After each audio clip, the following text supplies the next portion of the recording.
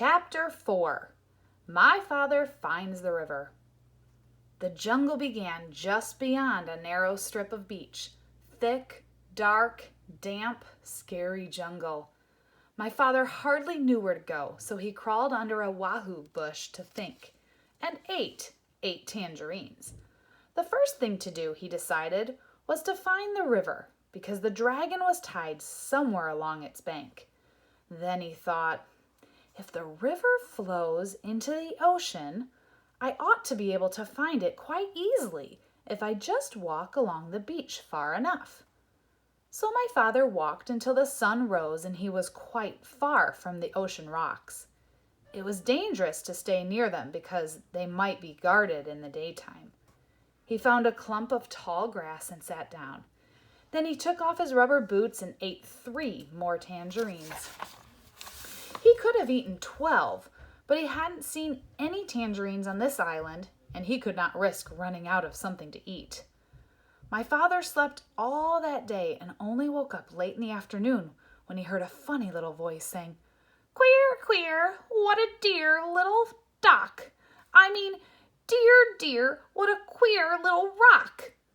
My father saw a tiny paw rubbing itself on his knapsack.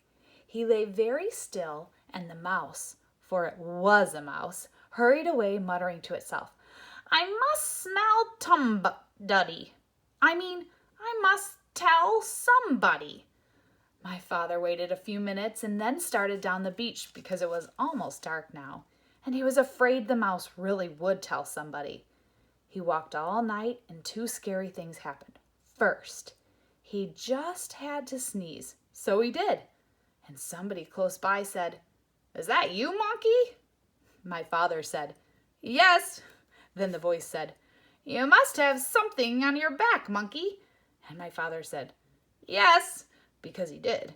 He had his knapsack on his back. "What do you have on your back, Monkey?" asked the voice.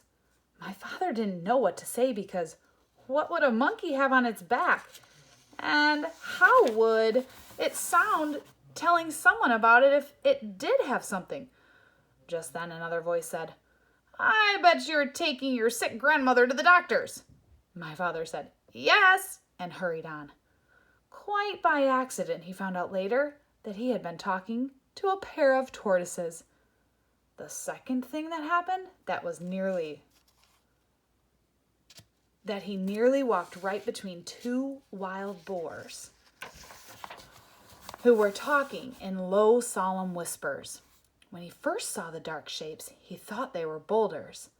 Just in time, he heard one of them say, "There are 3 signs of a recent invasion.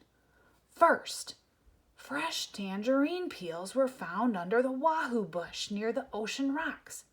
Second, a mouse reported an extraordinary rock some distance from the ocean rocks, which upon further investigation simply wasn't there. However, more fresh tangerine peels were found in the same spot, which is the 3rd sign of invasion. Since tangerines do not grow on our island, somebody must have brought them across the ocean rocks from the other island, which may or may not have something to do with the appearance and or disappearance of the extraordinary rock reported by the mouse." After a long silence, the other boar said, I think we're taking all this too seriously. Those peels probably floated over here all by themselves. And you know how unreliable mice are. Besides, if there had been an invasion, I would have seen it." "Perhaps you're right," said the first boar. "Shall we retire?" Whereupon they both trundled back to the jungle.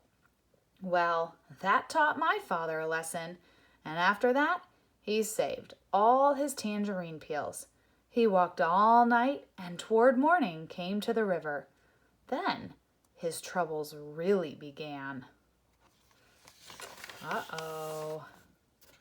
What kind of troubles do you think he might get into?